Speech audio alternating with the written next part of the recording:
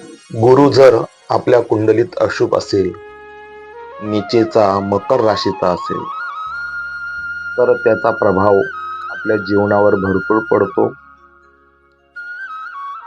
ज्यांचे लग्न करायचे आहे त्यांच्या लग्नाला अडचण येते. काही वेळा वैवाहिक जीवनात अडचण येते, आर्थिक अडचण येते, ज्ञान प्राप्त होत नाही, शिक्षणामध्ये यश मिळत नाही, पोटाचे विकार दाखवतो, लिव्हरचे विकार दाखवतो, कॅन्सर सारखे आजार होतात.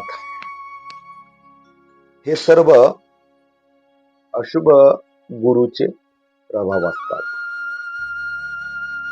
आपण जर नित्य उपासनेने गुरु शुभ करू शकतो. दर गुरुवारी केळीच्या झाडाखाली तुम्ही गाईच्या तुपाचा दिवा लावा.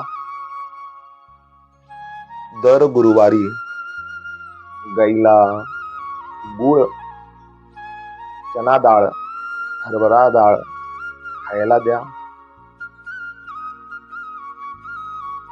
गुरुवारी शक्य झाल्यास पिवळे वस्त्र धारण करा. दान देताना गुरुवारच्या दिवशी पिवळ्या वस्तू दान करा. आणि ओम बृहस्पतये नमः याचा जप नित्यनेमाने करा. ही जर उपासना तुम्ही दररोज केली तर तुमच्या कुंडलीतला गुरु शुभ प्रभाव देऊ शकतो. श्रीराम श्री राधे.